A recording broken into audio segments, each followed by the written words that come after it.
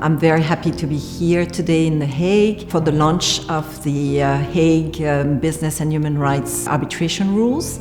Today is a historic day for the international human rights system, but most importantly for victims that have never had direct recourse before any international tribunal for many violations that are committed on them daily.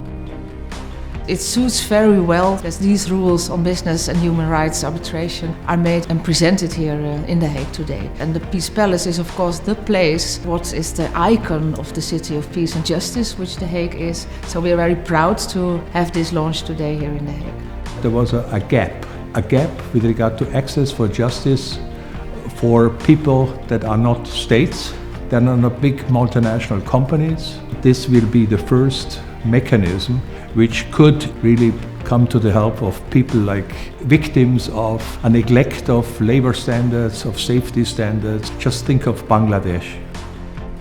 If you look at the full potential spectrum of dispute resolution mechanisms from national court to a potential international court, arbitration and mediation come really in the middle.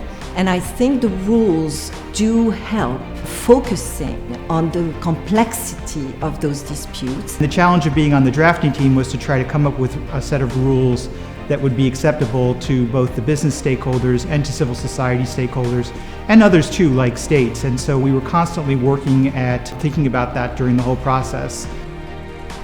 And it's especially up to companies and affected people to make the Hague Rules a living document. Under the Hague Rules on Business and Human Rights Arbitration, human rights victims will not need states to represent their own interests before these arbitral tribunals and under this process that they can also help design. Nothing of its kind ever exists. So in that respect, this is historic that victims have this recourse today.